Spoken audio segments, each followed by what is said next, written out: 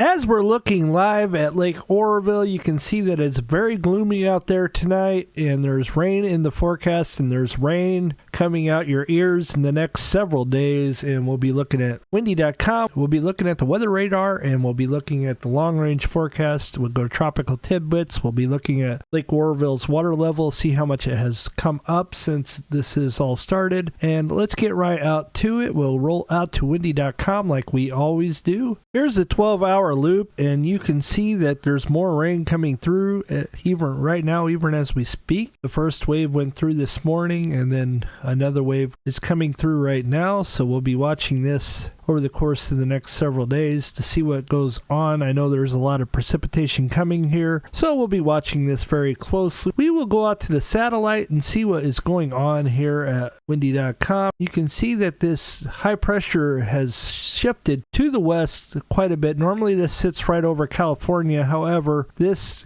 starts down just to the north of Hawaii, and it just comes in. This high pressure just constantly bombarding California, Oregon. Usually it comes in like this, but this time it's coming through this way, so we'll be watching this. Look at this low pressure. This high pressure is dominant. It's basically kicking all of California's weather to the south. It's very bizarre, and who knows how long this will continue. We'll be watching this very carefully. Let's go out to rain accumulation next and see what's going on. Here we are at rain accumulation. You can see that there's a lot of precipitation once again coming to California in the next 10 days. Look over here by Bear Valley. Just to the east of Bear Valley, 18 inches of precipitation. Sacramento, you're going to get 8.3. That's pretty crazy. Up here by Grass Valley, 14.7. Lake Oroville, 12.89. And you can't forget about the 5 inches plus that they have already received. And we come up to Mount Shasta up here, and you're talking about 10.77. Now, how much of this is snow? Some. It has come up a little bit compared to what it was. 65, 60 compared to the 18 inches of rain that's coming. Like right here, they're talking about 170 inches here. We're a lot of snow. That's a whole bunch. And you can see that yesterday they had Oroville down in the snow and not so much now. Let's go to the GFS and see if it agrees. It does not agree at all. They're saying 63 inches,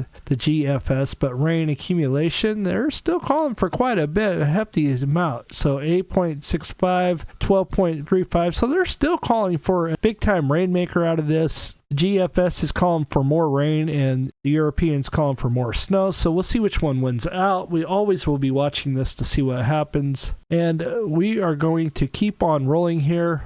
We are going to look at the next several storms. As you can see, this one's coming through right now, and it really starts to load up and low pressure develops. That's the first one. That's pretty intense. Here comes your second one. Here comes the third one here. High pressure builds in for a bit, and then another strong one starting to come through. So you can see that it's going to stay active. Here comes another one beyond that one. It just doesn't stop for quite a while. So we'll be watching this to see what happens. We go out. The 342 is the last one, and then it starts to dry out. The 348 from the 354, the 360, the 366, 372. It looks like things are starting to move to the north a little bit. 384, you can see that there's nothing there. So we'll be watching to see if that really plays out like that. If it starts to shift, they're saying the pattern by the middle of the month may start to ease a little bit, which after that amount of rain, you really kind of want a break from that, honestly. So this could be good news.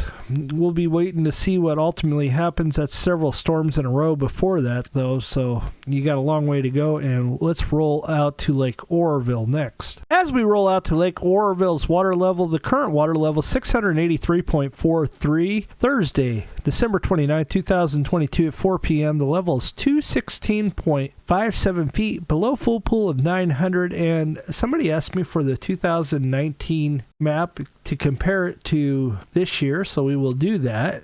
I always forget that stuff, but today you can see that it really doesn't fluctuate much. The lake was much higher in 2019. On this date, it was at 789, so it didn't really fluctuate much. Surely you must have been thinking about a different year, maybe 2017? No, not really. 2018? Not so much. 2020 looks like 2017, and 2021. So you're right about the exception was 2019 was much higher than it is now. So you have that, and Changes since yesterday, 2.30 feet. So you can see that 2020 and 2017 were almost identical, spot on. It's crazy. So the lake has slowed a little bit. The changes since yesterday, 2.30 feet. Let's go see what the inflows and the outflows are at Lake Oroville next. They're continued not to allow any water to flow out at Lake Oroville. You can see, though, however, the lake has come up to 11.11 inches at the dam. Yesterday we were at 10.90. Today we're at 11.11, so it has come up. Inflows have slowed down a little bit. They did rise to 10,321, and then they were as low as 7,300, but they started to come back up to 9,470. They slowed down a little bit to 8,260, and now they're back up to 8,657. So it fluctuates quite a bit. You get 10,000 CFS. That's pretty quick moving water, and we will be watching this as well. Let's roll down to Lake Shasta next to see what's going on.